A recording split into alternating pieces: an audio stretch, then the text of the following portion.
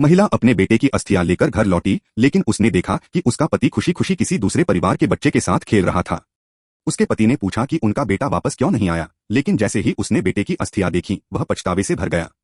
कुछ दिन पहले उस आदमी ने अपने बेटे का रिप्लेसमेंट हार्ट अपनी पहली मोहब्बत के बेटे को दे दिया था। इसका मतलब था कि उनके बेटे को रिप्लेसमेंट हार्ट नहीं मिला और उसकी हमेशा के लिए मौत हो गई। इस बीच वह आदमी अब भी अपनी पहली मोहब्बत और उसके बेटे के साथ था। यहाँ तक कि उसकी पत्नी की कॉल्स भी उसकी पहली मोहब्बत ने छिपा दी थीं। जब हॉस्पिटल ने महिला को उसके बेटे के अंतिम संस्कार की सूचना दी, तभी उसने दूसरे कमरे के पास अपने पति की झलक देखी। गुस्से में उसने उसका सामना किया और पूछा कि उसने उसकी कॉल्स का जवाब क्यों नहीं दिया। आदमी ने झूठ बोलते हुए कहा कि उसका फोन उसके पास नहीं था। उसके पास बहस करने का समय नहीं था। वह उसे अपने बेटे को आखिरी बार देखने के लिए खींचकर ले जाने लगी, लेकिन उसने उसे धक्का दे दिया और कहा कि उसे अपनी पहली मोहब्बत के बेटे का ख्याल रखना है। उसकी पहली मोहब्बत ने दिखावा किया कि उसका बेटा घायल हो गया है, जिससे आदमी को लगा कि उसकी कंडीशन और बिगड़ गई है। फिर वह महिला के पास आई और उसे टॉन्ट करने लगी। महिला से अब और बर्दाश्त नहीं हुआ और उसने उसे जोरदार थप्पड़ मार दिया।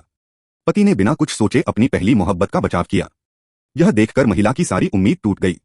वह हार्ट ब्रोकन होकर वहां से चली गई। अपने बेटे की मौत का सामना करते हुए भी वह आदमी लगातार बहाने बनाता रहा।